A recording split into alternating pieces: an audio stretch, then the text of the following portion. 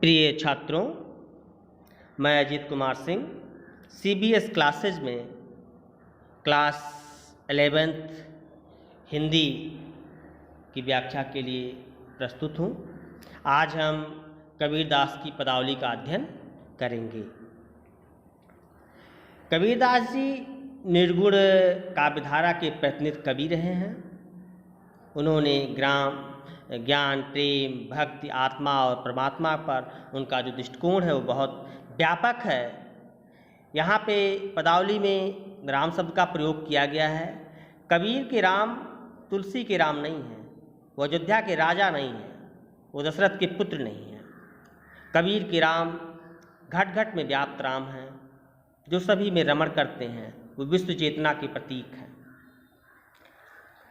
कबीरदास जी आत्मा को प्रियतमा और परमात्मा को प्रियतम के रूप में चित्रित करते हैं। इस पद में कबीरदास जी कहते हैं कि दुल्हनी गावहु मंगलचार, हे दुल्हनों, हे सौभाग्यवती स्त्रियों, हे सौभाग्यवती नारियों, तुम सब मंगलाचरण के गीत गाओ। मंगलाचरण के गीत की मीन्स होता है शुभ गीत, विवाह के गीत गाओ, क्योंकि हम घर आयो हों राजा राम भरतार। भरतार मीन्स होता है पति। तुलसीदास जी कहते हैं कि हे सुहागन स्त्रियों, हे सौभाग्यवती नारियों, तुम लोग विवाह के गीत गाओ, क्योंकि आज हमारे घर प्रभु श्री राम पति के रूप में पधारे हुए हैं। हम घर आयो हों राजा राम भरतार। आज हमारे घर राजा राम जो है पति के रूप में आए हुए हैं। तन रत करि मैं, तन रत करि मैं। कबीरदास जी कहते हैं कि इस अवसर पर मैं अपने शरीर, अपने मन, तन रत कर मैं मन रत करहूं पंच तत्व बाराती। तन रत करि मैं मन रत करहूं पंच तत्व बाराती। कबीरदास जी कहते हैं कि मैं अपने तन से श्रृंगार करके, अपने मन से प्रसन्न होकर के उनका स्वागत करूंगी, क्योंकि पंच तत्व बाराती। पंच तत्व आप जानते हैं, छित, जल, पावक, गगन और समीर। कबीरदास जी कहते हैं कि क्योंकि मुझे ले जाने के लिए छित, जल, पावक, गगन और समीर मेरे पति राम के साथ आए हुए हैं। रामदेव मेरे पाहुन आए। पाहुन मीन्स होता है दामाद। कहते हैं कि रामदेव मेरे पति आए हुए हैं। मैं यौवन में माती, मैं यौवन के मद में चूर हूँ। शरीर सरोवर वेदी करहूँ। कबीरदास जी कहते हैं कि मैं अपने शरीर रूपी सरोवर की वेदी बनाऊंगी, यज्ञ बनाऊंगी, यज्ञ का कुंड बनाऊंगी। बाराती ब्रह्म वेद उपचार, ब्रह्मा वेद उच्चार, और ब्रह्मा जो है वेदों का उच्चारण करेंगे। रामदेव संग भावर ले हूँ, मैं अपने प्रियतम राम के साथ भावर लूँगी, मतलब फेरे लूँगी, 7 फेरे लूँगी। धन धन भाग हमार, मेरे भाग्य जो है धन्य है। सुर माने देवता, 33 कौतिक माने करोड़ आए। मेरे इस विवाह में 33 करोड़ देवी देवता आए हुए हैं। मुनिवर सहस 88 और 88,000 मुनिगण आए हुए हैं। कहें कबीर हमें ब्याह चले हैं पुरुष एक अविनाशी। कबीरदास जी कहते हैं कि उनकी आत्मा को इस प्रकार से एक अविनाशी महापुरुष विवाह करके अपने साथ शादी के अटूट बंधन में बांध करके ले जा रहा है। व्याख्या इस प्रकार है। कबीरदास जी कहते हैं कि हे सुहागन स्त्रियों, तुम सब मंगलाचरण के गीत गाओ, क्योंकि आज मेरे प्रियतम राजा राम पति के रूप में मेरे घर आए हुए हैं। मैं तन से मन से उनका श्रृंगार करूंगी, क्योंकि उस बारात में पंच तत्व बाराती में, उस बारात में जो है छित, जल, पावक और गगन समीर भी आए हुए हैं। रामदेव मेरे पाहुन आए, मैं यौवन बाबाती।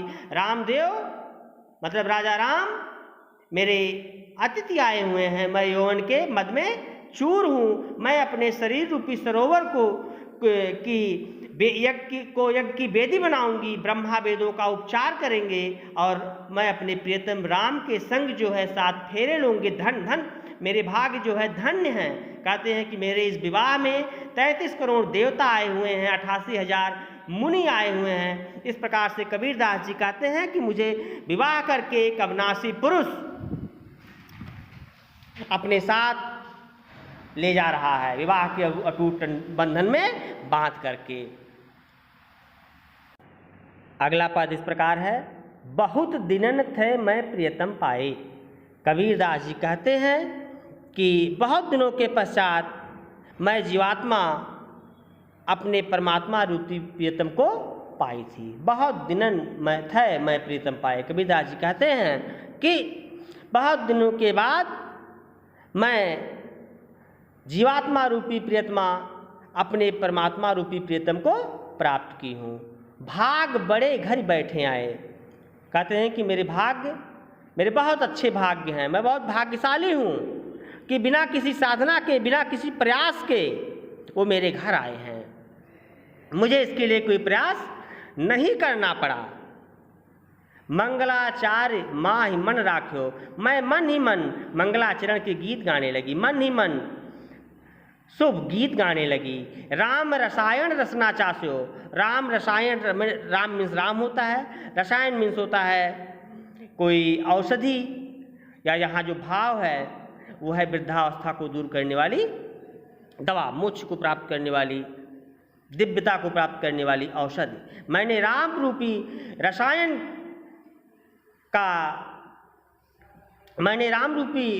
को प्राप्त किया है, अपनी जिह्वा से उसका आस्वादन किया है। मंदिर माहि भया उजियारा, मेरे मन रूपी मंदिर में उजेला हो गया है, मेरे मन रूपी मंदिर में उजेला हो गया है, आलोक फैल गया है। ले सूती अपना पीऊ प्यारा, मैं अपने प्रियतम को अपने साथ लेकर के मिलन का सुख भोगने लगी, उनके साथ रहने लगी। मैं रण राशि जे निधि पाई, रण राशि में होता है अमूल्य निधियाँ, अमूल्य निधि। मैंने अमूल्य निधि प्राप्त कर ली है। मुझे ऐसा लगता है कि मुझे खजाना मिल गया है। हम ही कहा यह तुम्हें बड़ाई। कबीरदास जी कहते हैं कि जो जीवात्मा है वह तो इस योग्य नहीं थी, यह तो तुम्हारी बड़ाई है, तो परमात्मा की बड़ाई है, उनका बड़प्पन है कि वो मेरे पास आए। कहें कबीर मैं कुछ नहीं कीना। कबीरदास जी कहते हैं कि जीवात्मा कहती है कि मैंने कुछ किया नहीं है, मैंने कुछ किया नहीं है। ये तो परमात्मा की उदारता है, उनकी महानता है कि उन्होंने मुझे सुहाग कहे कबीर मैं कुछ नहीं कीना, सखी सुहाग राम मुझ दीना। हे सखियों, मुझे सुहाग का जो वरदान प्राप्त हुआ है वह परमात्मा की कृपा का परिणाम है, मैं इस योग्य नहीं थी।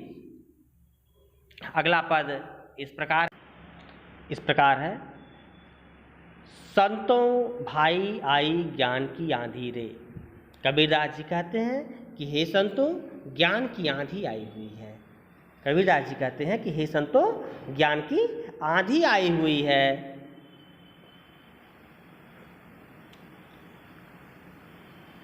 भ्रम की टाटी सभे उड़ाई। ज्ञान की आंधी आने पर जो भ्रम की टाटी थी वो उड़ गई। माया रहे न बांधी, माया के सारे बंधन टूट गए। कबीरदास जी कहते हैं कि जब ज्ञान की आंधी आती है, यहाँ रूपक अलंकार का प्रयोग किया है, बहुत ही अच्छा रूपक है।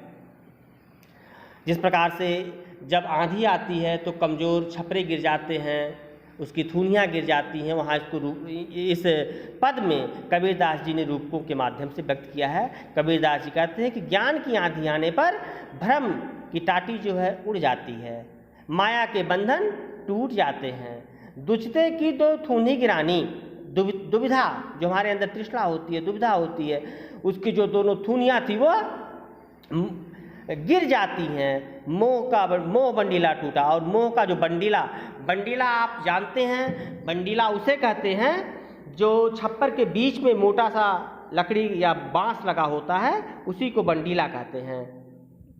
सहतीर भी कहते हैं।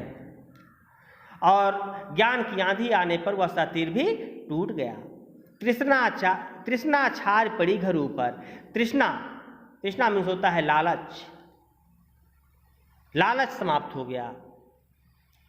तृष्णा मीन्स होता है लालच। कुबुद्ध का भंडा फूटा।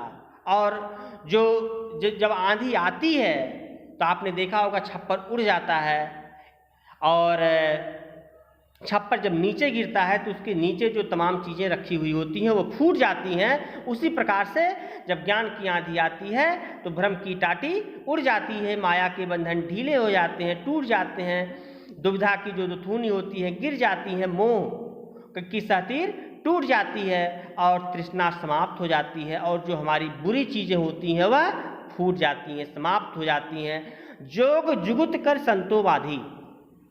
इसके बाद जोग जुगुत कर, इसके बाद संतों ने, योग जुगत माने होता है योग की युक्तियों से अपने शरीर रूपी छप्पर का निर्माण किया। जब ज्ञान की आंधी आती है तो हमारे अंदर के सारे मनोविकार समाप्त हो जाते हैं।